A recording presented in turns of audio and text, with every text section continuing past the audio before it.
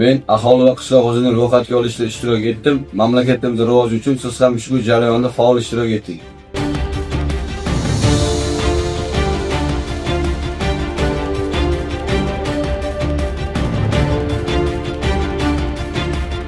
Men vatanimiz ravnaqi uchun ro'yxatdan o'tdim. Siz ham ro'yxatdan o'ting.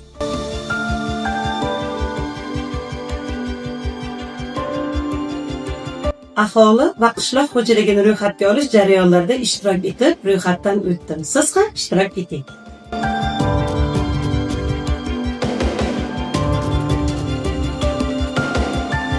Men vatanimiz ravnaqi uchun ro'yxatdan o'tdim. Siz ham ro'yxatdan o'ting.